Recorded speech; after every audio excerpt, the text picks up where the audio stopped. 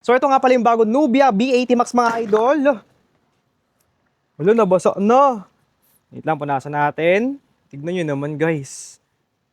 Oh, di ba? Still working pa din yan mga boss. Okay. So ganyan kaganda tong bago nating Nubia B80 Max mga lodi na shock resist and water resist na mga idol. So at eto na guys yung ating bagong Nubia B80 Max mga idol. Taka, i-unbox muna natin mga lodi. So this is my first impression mga idol sa ating bagong phone ni Nubia mga boss. Okay? Pero guys, unahin natin yung mga preference or kasama sa kanya guys. Okay? Uy!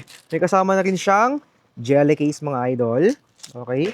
So, syempre may warranty card. So, ito yung charger brick, mga lodi, pati charging cable. So, at eto na nga guys, ganda ng kulay. Diba? So, napaka-premium ng datingan mga idol. So, ito yung mga basic specs niya mga lodi, naka 6,000 mAh battery na merong bypass charging, 6.9120Hz durable glass, drop resistant mga lodi, meron na rin siyang AI1 sleep AI memory. So, at 50 triple camera mga idol sa kanyang likod. Diba? So, tignan nyo naman mga idol, ganda ng kulay. So, meron pang ibang kulay sa yellow basket mga lodi. So, at yun guys, meron nga pala tayong 4 colors na available ng ating Nubia B80 Max mga idol. Available na to ngayon at check nyo na agad sa yellow basket natin. Maraming salamat. Bye!